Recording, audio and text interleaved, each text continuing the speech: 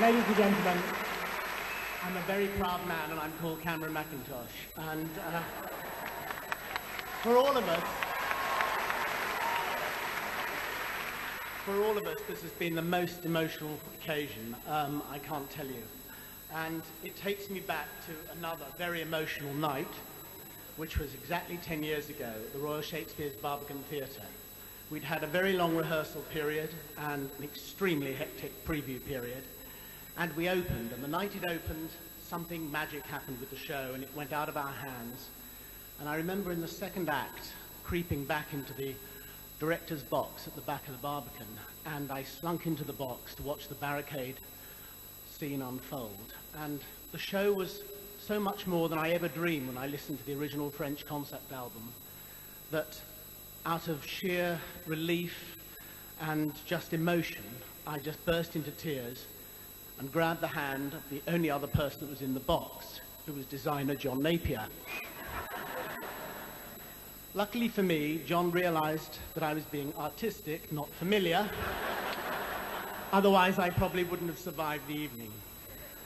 Well, that was the first of many evenings around the world, and the show has gone on to be the most extraordinary success, playing in front of audiences the whole world over.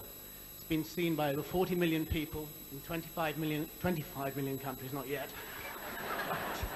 Too old. 25 countries, and the reception's always been the same. I can't tell you how much that it means to have worked with all these wonderful artists. I mean, it's quite fashionable in some foreign countries to say that the British musical depends on scenery. Well, tonight triumphantly proved them wrong.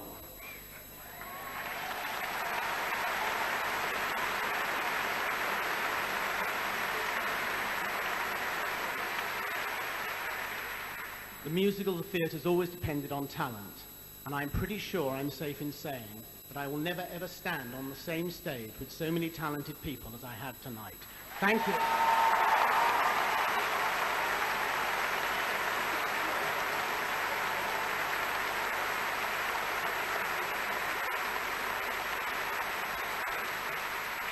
If ever a show has been made by the public, it is this one. So I thank you all for coming, and I'm so thrilled that so many people have come from representing audiences from around the world. My grateful thanks to you all. If I was going to thank everybody involved with this show, we'd be here for another decade. So I'm just going to resist, and I'm just going to say thank you, Victor Hugo, for being out of copyright. And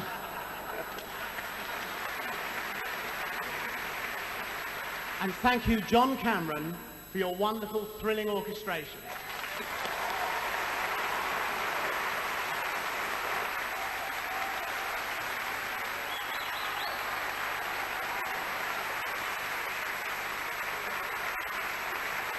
And Herbert Pretzner for his haunting, beautiful words. Ladies and gentlemen, Herbert Pretzner.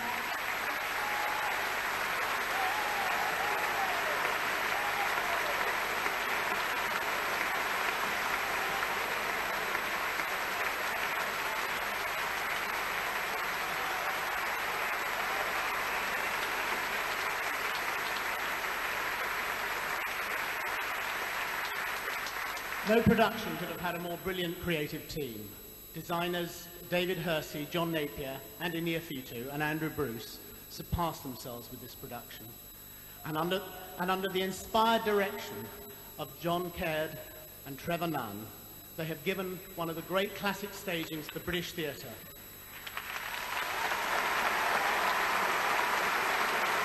Ladies and gentlemen, Trevor Nunn and John Caird.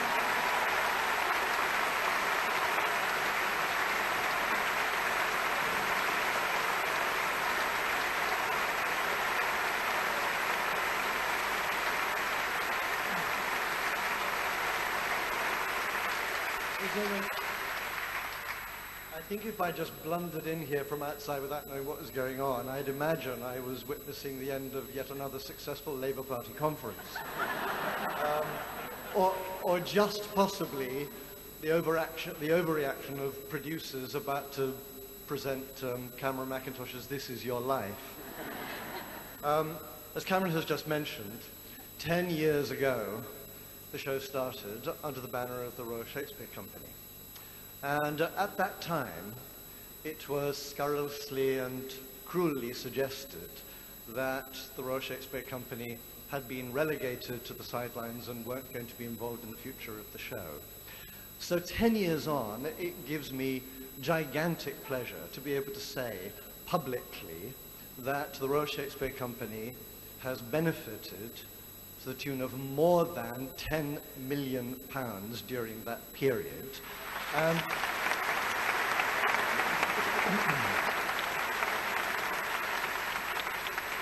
And there's a very strong likelihood that without that £10 million, we wouldn't have a Royal Shakespeare Company to go on supporting.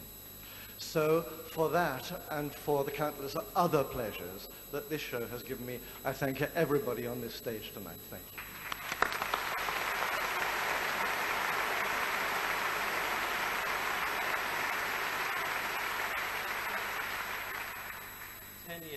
And all those wonderful productions all over the world.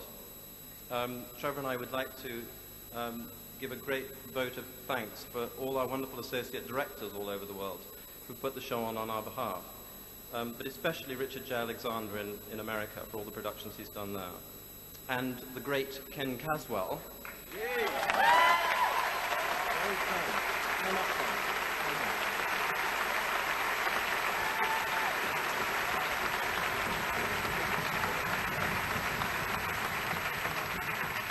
We know Ken is in the building somewhere. If he hadn't been here today, you wouldn't have seen what you saw tonight, because Ken put all this up on its feet for all of us. 10 years.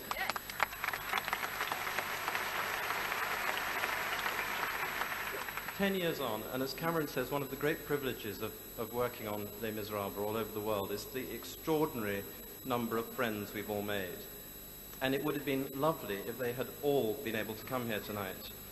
But if everybody who'd ever performed in Les Mis had made it tonight, we'd have had to take a larger arena than the Royal Albert Hall.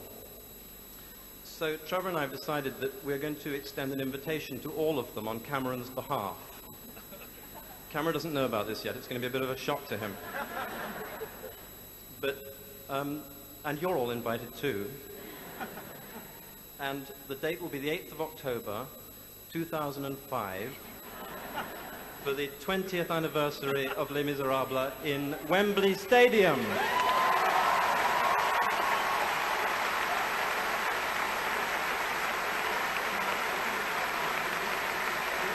I promise I'll share everything with Trevor and John, including the bill for that one. Finally, I have only one thing more to do. There are two friends of mine without which we would not be here tonight. They are, of course, Alain Boublil and Claude-Michel Schönberg.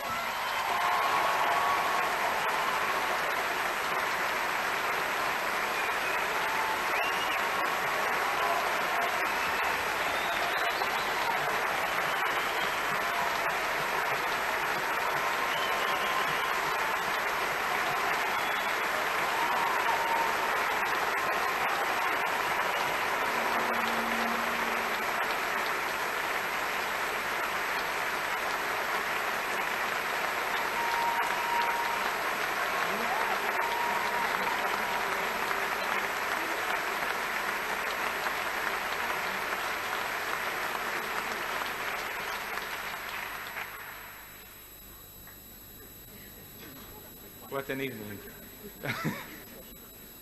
Well, I think I must tell you tonight that the first time we met Cameron in 1983, he told us, you don't realize what you have written, but you will in 10 years if things go right. We took this for kind of flattery, you know, someone wanted to get the rights from us at a better price, which he did actually. But you must agree with me that tonight, his word sounds like sheer prophecy. And we are about to present you with an international surprise. And I want to dedicate this surprise tonight, this international surprise, to the man who dreamt the international success of Les Miserables and who has offered us this incredible evening, Cameron Mackintosh.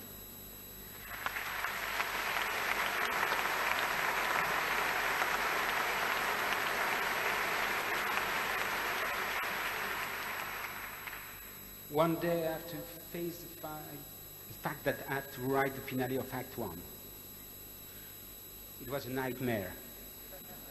It was a huge traffic jam in my head because I have to put together all the characters of the show in only one song. It took me months and months. But when Cameron told me that tonight we're going to have 17 Jean Valjean from 17 countries singing in their own language all together, I was in a state of panic. So we're trying something, and ladies and gentlemen, from all over the world, these are the Jean Valjeans coming out.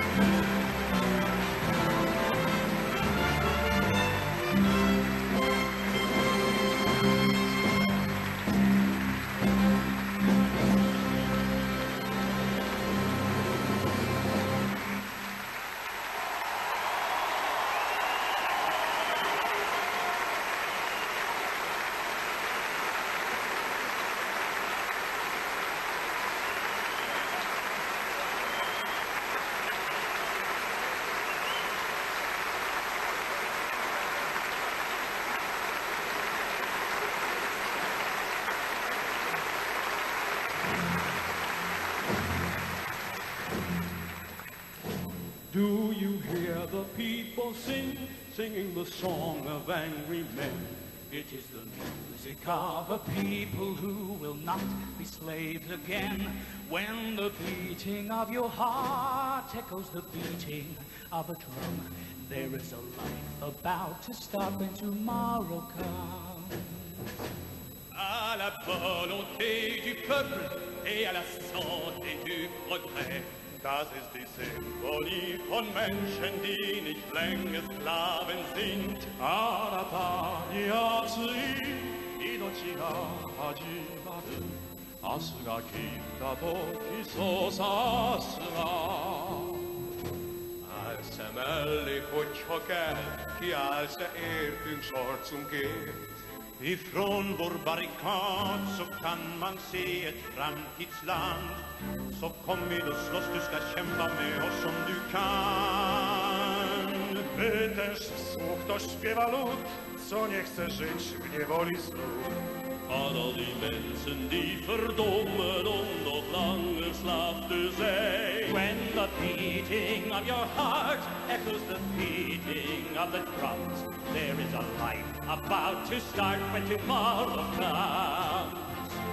Denn du kämpfst mit ganzer Kraft, hat bald ein Ende alle Not. Some will fall and some will leave. Will you stand up and take your chance? The blood of the mothers will water the meadows of France. Komm, du höre Folkesång, wie ein Song vom heiligen Berg. Esta die Schiebe stane wie die Dost, die wird ins Memory. Och die dunkle Thomas Blues, lass oss erstärken, ja, verstärk. Das ska dich till och liv och den nya Tag. Will you find it hard to play?